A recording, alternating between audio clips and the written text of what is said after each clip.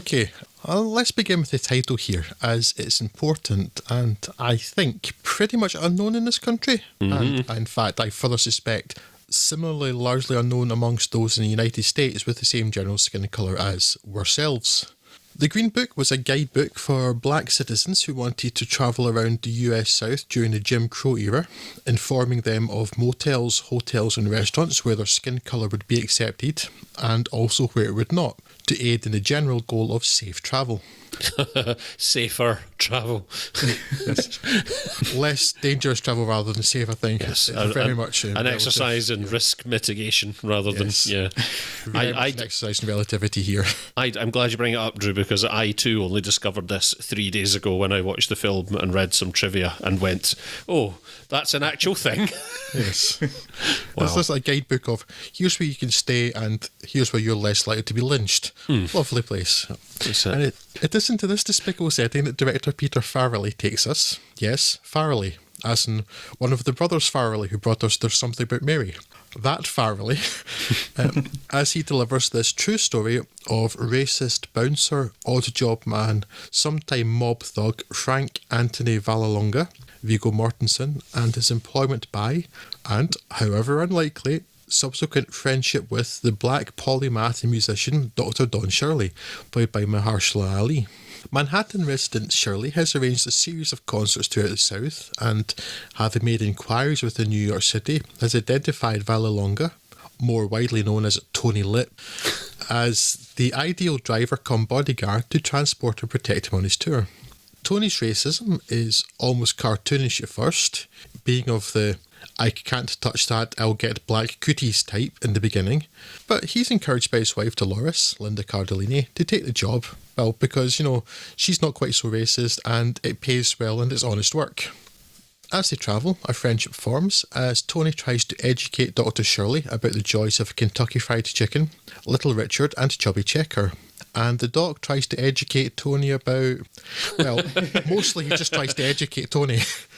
It's a pretty odd friendship, to be sure, with the quiet and reserved Don Shirley seemingly very much at odds with the garrulous Tony, whose mouth never seems to stop moving, either to talk, or to eat, or, to Shirley's distaste, both. But both actors are on top form, and the friendship doesn't feel forced or unnatural. And while the film does follow a well-trodden path, it's this journey that counts, and the shocking and horrible moments have more impact when we've had so much fun with the two travellers in between. Now, I talked briefly about Green Book in our year-end podcast a few weeks ago, and I said that I very much liked it. Having had some further time to reflect on it, I'm less certain of that. It's certainly entertaining, of that there is no doubt, but I'm not sure I could actually call it good. I also referred to it as being like driving Miss Daisy with barbs.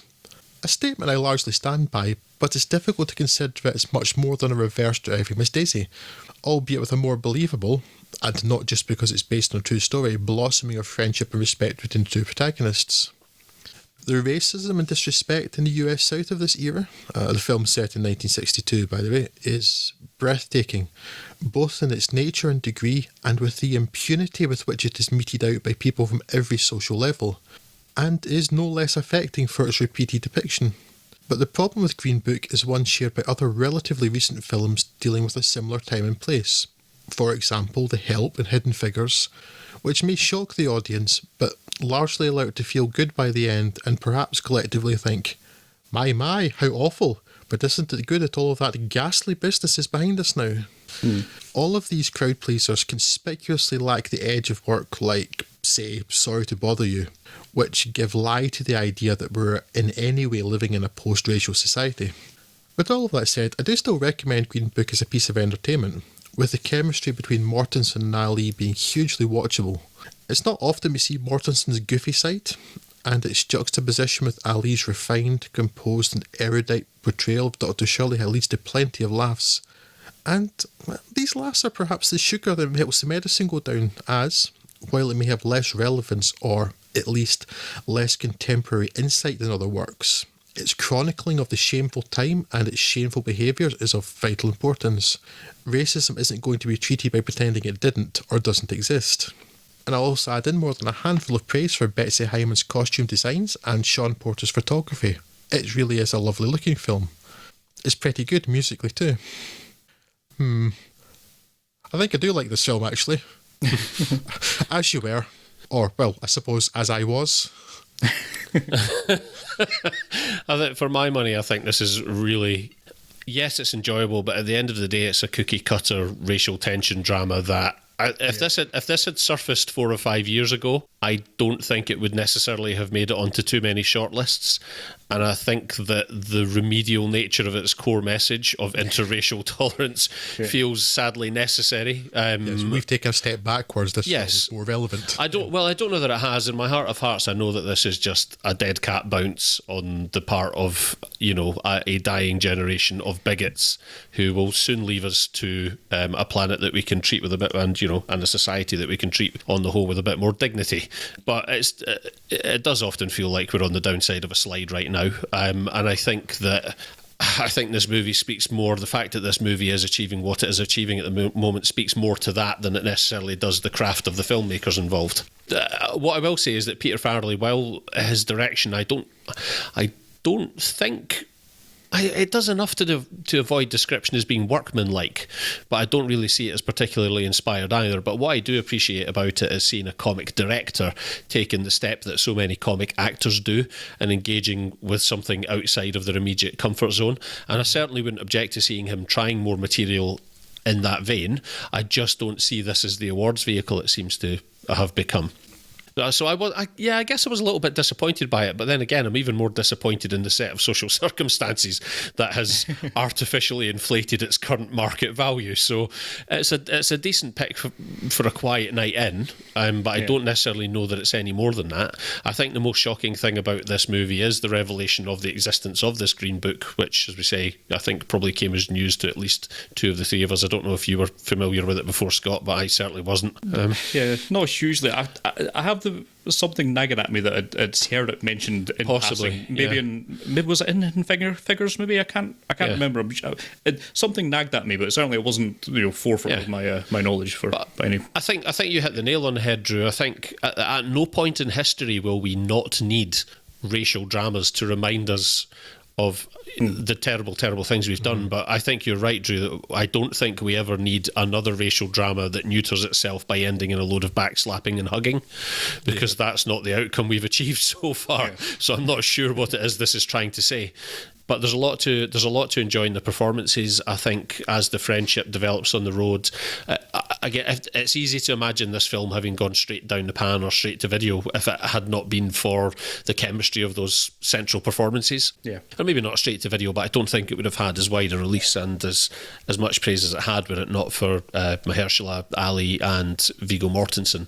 But that the Italian American accent and the cursing, as funny as it may be, like I can't tell you how happy I was when he was trying to wipe the inside of the car windscreen and just said, your mother's ass." I'll never get tired of hearing that sort of cursing, because there's just something about that accent and that use of language, that casual use of derogatory language, which always gives me a chuckle. But I don't think it's enough to fuel an entire film at 2 hours and 10 minutes long. So it's it was a nice diversion, but I'm not sure it's as worthy as it might first appear on surface. Yeah, it's pretty much at times like this I'm thankful that I'm just some clown with a mic, and I can only just need to say that I quite enjoyed this film. I thought it was funny in places and not have to deal with any more social commentary than I, because I think it really doesn't do a very good job of a lot of it. I mean, it's a film that is literally titled around this artifact of horrendous systemic racism, and your central character is a white guy. I mean, you can see what it's trying to do. As you say, it's remedial level. It's trying to take white audiences along with the lie to go, "Oh, look, remember, this is bad, by the way." But I mean, come on. Remember not to do this. I'd let it away with that, were this made in the 60s. Yeah. But, I mean, I don't think just now we need to go back to first principles to prove that racism is bad. Exactly. And like you say, the backslapping of the end is just in no way justified by the facts on the ground in space year 2019. It doesn't quite comport itself. As I say, I enjoyed it very much, but it's a bit flyaway, and I was expecting perhaps more given the rep that it's garnered of late. Yeah, I was going to say something about the ending of it but I better not, in case anybody would spoil it for anyone. But there is a point seconds from the end at which it could have gone an entirely different way. Yeah. There's a point at which a group of characters pause and say nothing, and you're not entirely sure what's going to happen next, and you think, oh, this could be interesting, and then no, it's not. But there you go. It's a film that got made, and it passes a couple of hours reasonably well. But yes, unfortunately, another one you have to start breaking out the separate your art from your artist and all that stuff because of the. Oh God! I mean, you don't even want to get into it, but I mean, it's a little bit annoying that. I mean, it's not even really up for debate whether this is accurate or not. That it just simply isn't from what the Don Shirley's relations are saying, and the screenwriter tweeting support of anti-Muslim Trumpian nonsense, and I think Viggo Mortensen got it particularly hard. I mean, I think if we're going to discuss a particular word, and I'm sure you can guess what I'm referring to, and talking about how use of it has gone over time, it doesn't seem that it's that bad a thing to actually say the word. No, it's not like he was trying to diminish anyone. Bit weird. I could immediately envisage the argument that was taking place. Now, I haven't read the interview or whatever the piece was that he was speaking in, but yes, as I understand it, a debate around that kind of thing,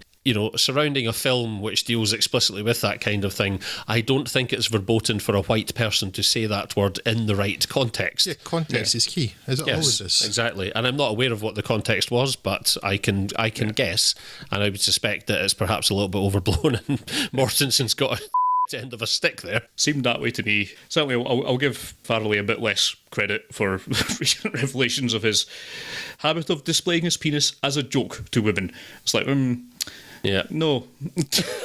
No.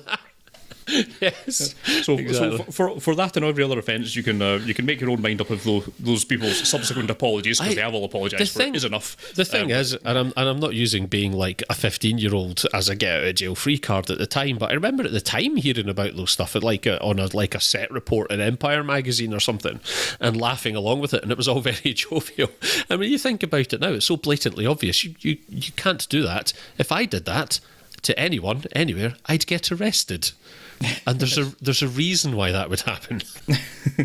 That's just insane. But yeah, one of those. All that notwithstanding, as I say, I watched it for 2 hours and enjoyed it quite a lot. So yeah, as you say, an easy watch, something to stick on of an evening. But awards fodder. That seems strange to me, but it's. And I wouldn't necessarily say go and spend £12 to go and see it in the cinema. No, $3.99 on rental will do nicely.